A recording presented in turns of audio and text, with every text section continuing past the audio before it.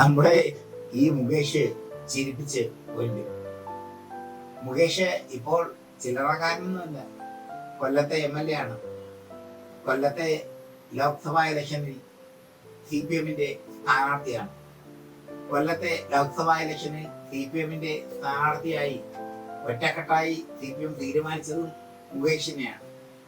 ഒറ്റക്കെട്ടായി CPM മുകേഷിനെ തീരുമാനിക്കുകയായിരുന്നു എന്നാണ് CPM പറയുന്നത്. എങ്കിലും അവിടെ ചെറിയ ചെറിയ പ്രശ്നങ്ങളുണ്ട്.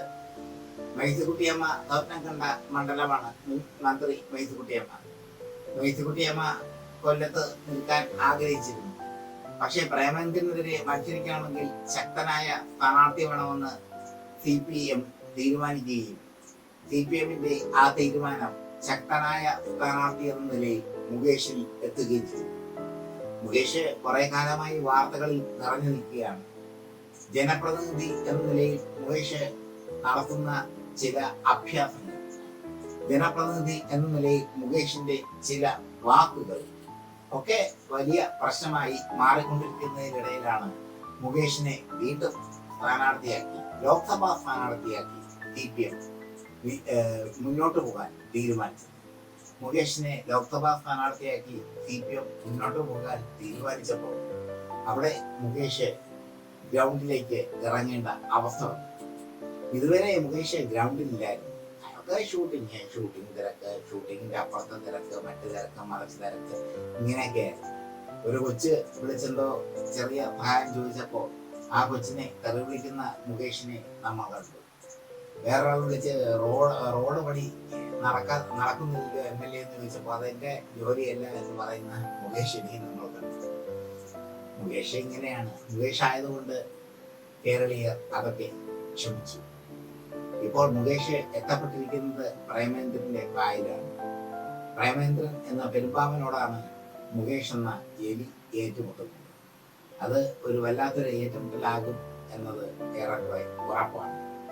പ്രേമേന്ദ്രന്റെ വീട്ടിൽ പോയി മുകേഷ് വോട്ട് പിടിച്ചത് വലിയ വാർത്തയായി മാറി. മുകേഷിന് സൈബർ ബന്ധങ്ങളുണ്ട്, സൈബർ വിങ്ങുകളുണ്ട്.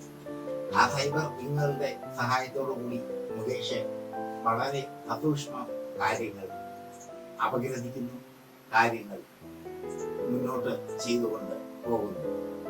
എന്തായാലും മുകേഷ് നമ്മുടെ കൊല്ലത്ത് ജയിക്കുമോ ജയിക്കില്ലേ എന്നുള്ളതാണ് വലിയൊരു ചോദ്യം. പ്രേമേന്ദ്രൻ എന്ന അതികായനായ നേതാവിന് മുമ്പിൽ മുകേഷിന് എന്ത് ചെയ്യാൻ പറ്റും എന്ന ചോദ്യം ബാക്കി. പ്രേമേന്ദ്രൻ എന്ന ശക്തന് മുമ്പിൽ മുകേഷിന് എന്ത് ചെയ്യാൻ പറ്റും എന്ന ചോദ്യവും ബാക്കി. പക്ഷേ ആ ചോദ്യങ്ങൾക്കൊക്കെ അപ്പുറം മുകേഷിൻ്റെതായ ഒരു ഐഡന്റിറ്റി ഉണ്ട് എന്ന് നാം മറക്കരുത്. അദ്ദേഹം O. മാധവന്റെ മകനാണ്, നാടകാചാര്യൻ O. മാധവന്റെ മകൻ. സിനിമയിൽ അദ്ദേഹം എത്തപ്പെട്ടപ്പോൾ അദ്ദേഹത്തിൻ്റെതായ ഒരുപാട് ഹിറ്റുകൾ മലയാള സിനിമയിൽ സമ്മാനിച്ചു. ഇപ്പോഴും അദ്ദേഹം മലയാള സിനിമയിൽ സജീവ സാന്നിധ്യമാണ്. മലയാള സിനിമ പല തലമുറകൾ കൈമാറിയിട്ട് മുകേഷിന് ഒരു ഇടിവും സംഭവിച്ചിട്ടില്ല. മുകേഷിനെ അത്രയ്ക്ക് ഇഷ്ടമാണ് മലയാള സിനിമയ്ക്ക്. മുകേഷിനെ കൊല്ലക്കാർക്ക് ഇഷ്ടമാണോ എന്ന് ചോദിച്ചാൽ കൊല്ലംകാർക്ക് അത്ര ഇഷ്ടമല്ല എന്ന് പച്ചയ്ക്ക് പറയേണ്ടി വരും കേരള രാഷ്ട്രീയത്തിൽ. കാരണം ആദ്യ ഇലക്ഷനിൽ മുകേഷ് വലിയ ഭൂരിപക്ഷത്തിലാണ് ജയിച്ചത്. രണ്ടാം ഇലക്ഷനിൽ മുകേഷ് രണ്ടാം തവണ പിണറായി സർക്കാർ അധികാരത്തിൽ വന്നപ്പോൾ മുകേഷ് തപ്പിത്തടഞ്ഞ് ജയിച്ചു കയറി. അതിനുശേഷം മുകേഷിനെ സംബന്ധിച്ചിടത്തോളം ഏറ്റവും വലിയ അഗ്നിപരീക്ഷ പ്രേമചന്ദ്രനുമായുള്ള യുദ്ധമാണ്.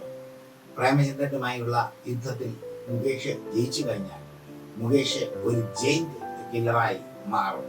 പക്ഷേ അത്ര എളുപ്പമൊന്നും വിട്ടുകൊടുക്കില്ല പ്രേമേന്ദ്രൻ മുകേഷിന്. കഴിഞ്ഞ തവണ പിണറായി വിജയൻ അടക്കമുള്ളവർ പ്രേമേന്ദ്രന് എതിരായി പ്രേമേന്ദ്രനെ തോൽപ്പിക്കാൻ രംഗത്തെത്തി. MA ബേബിയായിരുന്നു സ്ഥാനാർത്ഥി. ലക്ഷത്തിലേറെ വോട്ടുകൾക്കാണ് ബേബിചായൻ അവിടെ വോട്ടിൽ തരിപ്പണമായി മാറിയത്. ഇത്തവണ മുകേഷ് നിൽക്കുമ്പോൾ ഇത്രയും വലിയൊരു ഭൂരിപക്ഷത്തിൽ പ്രേമേന്ദ്രൻ ജയിക്കില്ല എന്ന് കേരള രാഷ്ട്രീയത്തിന് അറിയാം. പക്ഷേ പ്രേമേന്ദ്രൻ ജയിക്കാൻ സാധ്യത വളരെ കൂടുതലാണ്. കാരണം എല്ലാവർക്കും ഇഷ്ടമാണ് പ്രേമേന്ദ്രൻ. സിനിമാ പ്രേമികൾ എത്രത്തോളം മുകേഷിനെ ഇഷ്ടപ്പെടുന്നുവോ അതുപോലെ തന്നെ പ്രേമേന്ദ്രനെ ജനങ്ങൾ ഇഷ്ടപ്പെടുന്നു എന്ന് കേരള രാഷ്ട്രീയം പറഞ്ഞാൽ തർക്കിക്കാൻ കഴിയും.